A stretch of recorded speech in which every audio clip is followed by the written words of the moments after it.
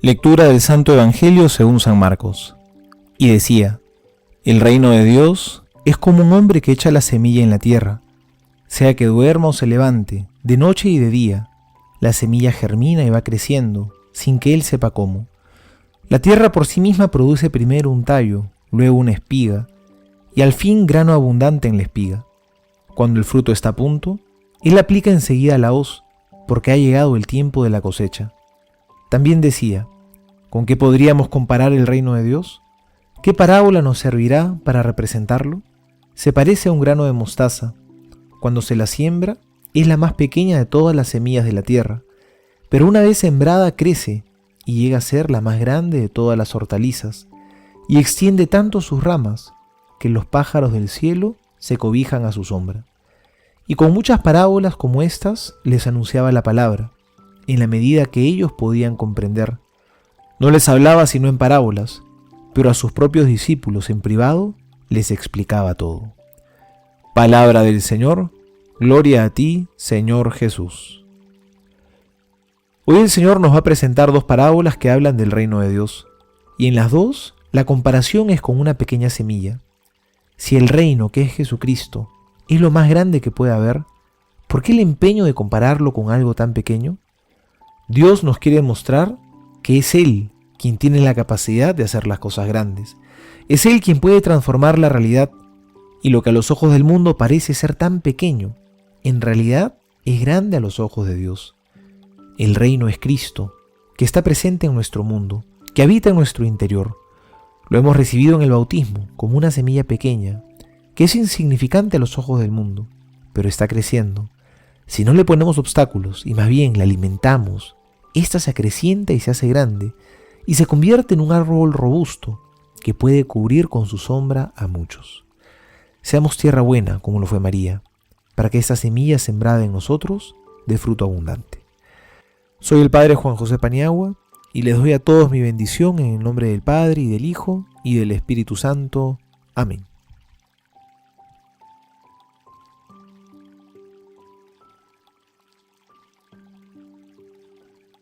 Marcos 4, 26-34.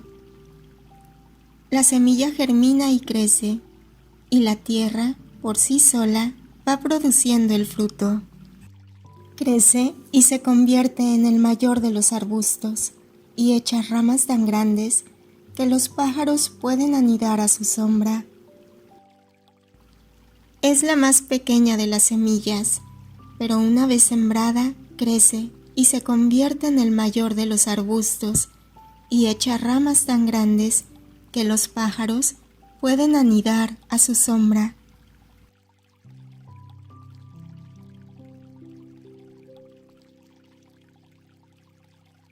Volumen 5, título 17, octubre 2, 1903. Mi encarnación injertó la humanidad a la divinidad, y quien busca estar unido conmigo, con la voluntad, con las obras y con el corazón, tratando de desenvolver su vida a norma de la mía, se puede decir que crece en mi misma vida y da el desarrollo al injerto hecho por mí, agregando otras ramas al árbol de mi humanidad. Si no se une conmigo, además de que no crece en mí, no da ningún desarrollo al injerto, pero como quien no está conmigo no puede tener vida, entonces con la perdición se pierde este injerto.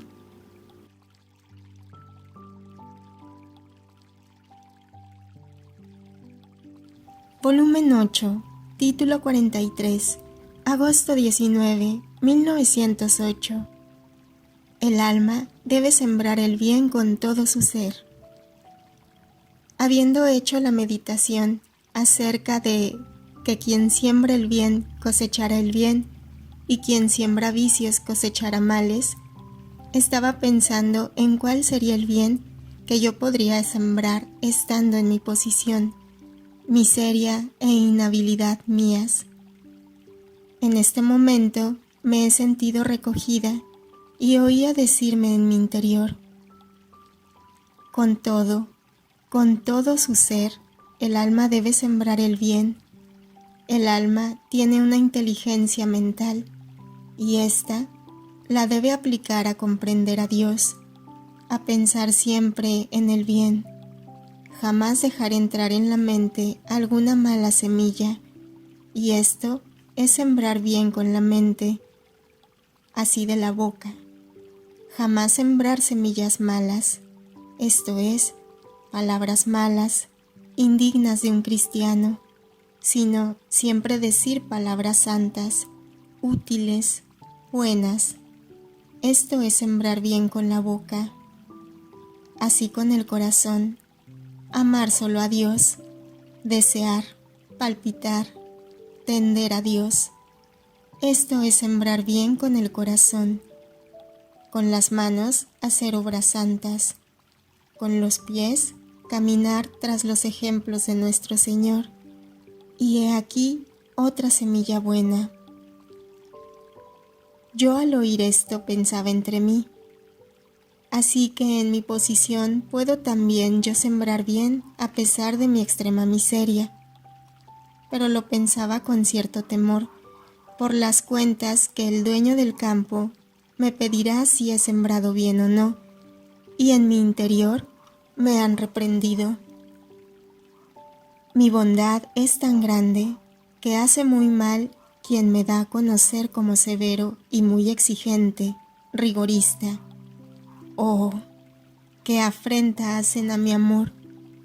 Yo no pediré otra cuenta que del pequeño terreno que les he dado, y no por otra cosa pediré las cuentas, sino para darle el fruto de sus cosechas, dando a la inteligencia, por cuanto más me haya comprendido en vida, otro tanto de más me comprenderá en el cielo, y por cuanto más me comprenderá, con tanto más de gozo y bienaventuranza será inundada, dando a la boca el fruto de los varios gustos divinos, armonizando su voz sobre todos los otros bienaventurados, a sus obras dándoles la cosecha de mis dones, y así de todo lo demás.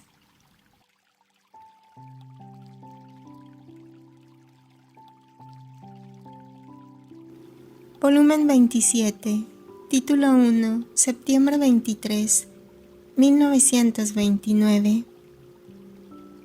La criatura, con reconocer nuestro don, encierra en el cielo de su alma el todo, y nosotros vemos en la pequeñez de ella a nuestro ser divino, con todas nuestras obras, mucho más, porque estando nuestro fiat divino en la pequeñez de esta criatura, tiene capacidad y espacio de encerrar el todo, y, oh, prodigio, ver encerrado en la pequeñez humana el todo, y que osadamente da el todo al todo, solo para amarlo y glorificarlo.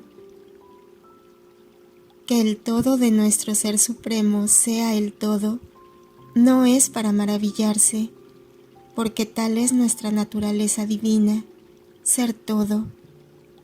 Pero el todo, en la pequeñez humana, es la maravilla de las maravillas, son prodigios de nuestro querer divino, que donde reina no sabe hacer de nuestro ser divino un ser a la mitad, sino todo entero.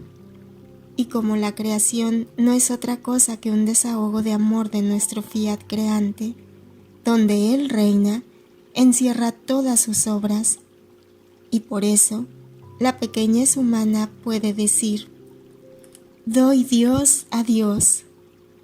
He aquí el porqué, cuando nos damos a la criatura queremos todo, también su nada, a fin de que sobre su nada sea repetida nuestra palabra creadora y formemos nuestro todo sobre la nada de la criatura.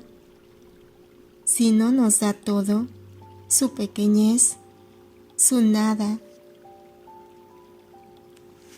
nuestra palabra creadora no viene repetida, ni es decoro, y honor para nosotros el repetirla, porque cuando nosotros hablamos queremos deshacernos de todo lo que no nos pertenece, y cuando vemos que no se da toda, no la hacemos cosa nuestra, y ella queda la pequeñez y la nada que es, y nosotros quedamos con nuestro todo que somos.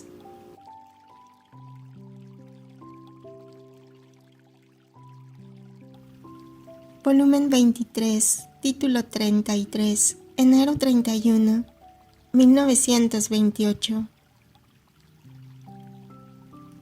Pequeña hija mía, tu pequeñez tiene tal atractivo que llama la atención de todo el cielo para ver qué cosa quiere hacer y sabe hacer tu pequeñez. Ver hacer cosas grandes a una persona grande no acapara la atención ni lleva la alegría, pero si se viera hacer la misma cosa grande por una pequeña niña, esto despertaría tal estupor y maravilla que todos querrían ver la obra grande de la pequeña niña. Lo que no sucede si la misma obra la hiciera una persona grande. Si tú supieras cómo la mirada divina y la de todo el cielo se fija en ti, al verte como deprisa reunir todas juntas las obras de la divina voluntad para dar el asalto al Creador, llevando sus mismas armas para hacerle la guerra santa, para hacer que te ceda su reino. Se puede decir que tu afanarte, el reunir todo, es la verdadera sonrisa del cielo, es la nueva fiesta que lleva tu pequeñez a la patria celestial, y todos esperan el asalto de la pequeña niña. Pero ¿quieres saber dónde está el secreto de tu fuerza? En tu pequeñez, que mientras quedas perdida, ahora en la luz del sol, ahora en medio a las estrellas, ahora en mis mares y en los de mi mamá celestial, tu átomo no se detiene, se libera y sale de nuevo en campo para cumplir su epílogo de todas las obras del fiat divino. Todo el secreto está encerrado en él, que te mueve, te inviste, te da la cuerda para hacerte girar y para hacerte encerrar todos sus actos, para hacerse por sí mismo, por medio de tu pequeñez, dar el asalto para hacerse atraer y venir a reinar sobre la tierra. ¿Qué cosa no puede el átomo animado por mi querer? Todo, porque llega a ser un acto en medio a todos sus actos de voluntad divina, y esto basta para poder hacer de todos sus actos un solo acto, para decir, todo es mío, y todo me debe servir para poder conseguir el reino del fiat divino sobre la tierra.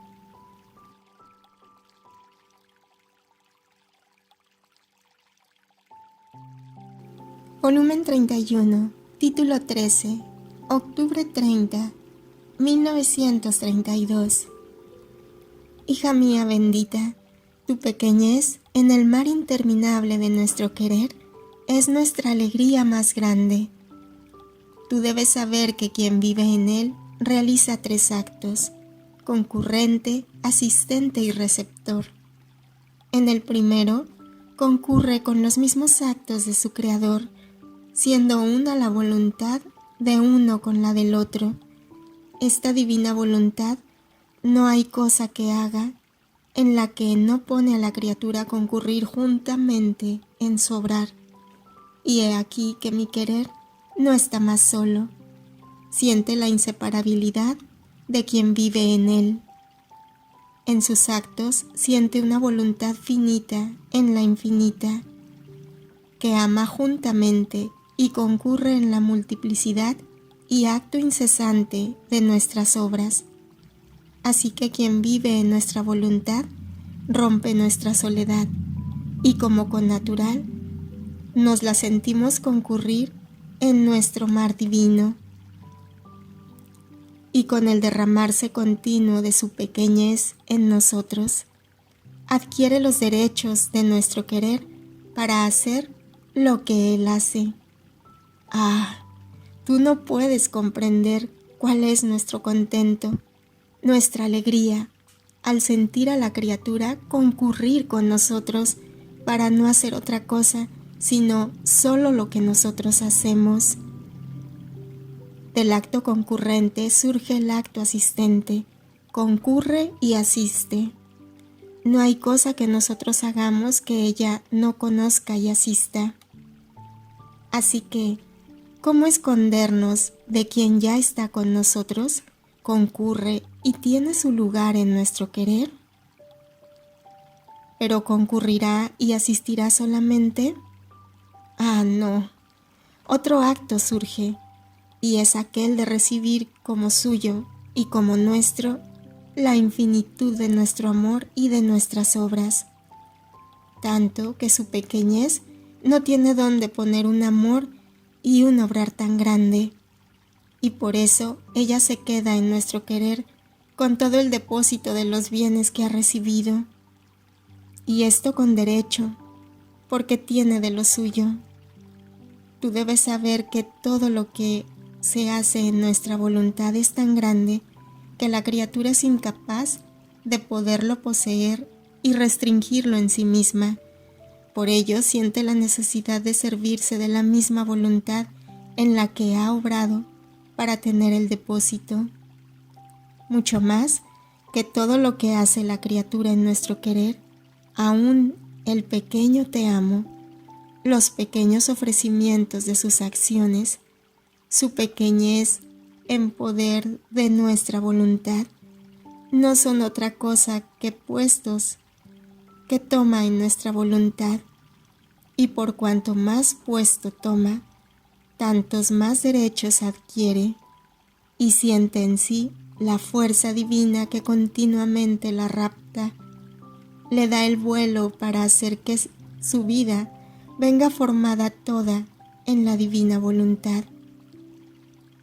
Y como este modo de vivir debía ser de todas las criaturas, esto era la finalidad de nuestra creación, pero con suma amargura nuestra vemos que casi todos viven en lo bajo de su voluntad humana. Ahora, quien vive en lo alto de nuestro querer, ve el gran mal de quien vive en lo bajo, y teniendo a su disposición nuestro acto receptor, esto es, la infinitud de nuestro amor y la multiplicidad de nuestras obras, las pone a nuestra disposición y de las criaturas, a fin de que nosotros quedemos correspondidos del amor de todos, y ellas reciban gracias, luz, amor, por cuanto corresponde a su pequeñez. Así que entre el cielo y la tierra tenemos a la intermediaria junto a nosotros y junto a las criaturas, que con la potencia de nuestro fiat divino quiere vincular cielo y tierra, y ¿cómo no contentar a quien vive en nuestra voluntad? Sería como si quisiésemos descontentarnos a nosotros mismos.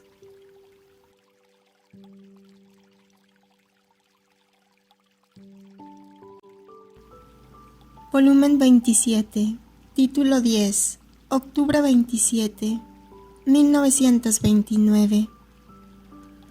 Hija mía, el reino de mi divina voluntad no podía venir a la tierra antes de mi venida, porque no había ninguna humanidad que poseyera, por cuanto a criatura es posible, la plenitud de mi fiat divino, y no poseyéndola, no había ningún derecho, ni según el orden divino, ni según el orden humano. El cielo estaba cerrado. Las dos voluntades, humana y divina, estaban como en hostilidad. El hombre se sentía imposibilitado para pedir un bien tan grande, tanto que ni siquiera lo pensaba, y Dios, por derecho de justicia, estaba imposibilitado para darlo. Dios y la criatura se encontraban antes de mi venida a la tierra, como la tierra y el sol. La tierra no poseyendo la semilla, que corrompiéndola forma el brote para poder formar la planta de aquella semilla, y el sol, no encontrando el brote, no puede comunicar los efectos que posee para poder formar con su virtud vivificadora el desarrollo y la formación de aquella planta. Así que tierra y sol están como extraños entre ellos. Se puede decir, si tuvieran razón, que se mirarían como en rivalidad, porque la tierra no puede producir y recibir aquel bien, y el sol no lo puede dar. Así se encontraba la humanidad sin el germen de mi fiat, y si no está el germen, es inútil esperar la planta.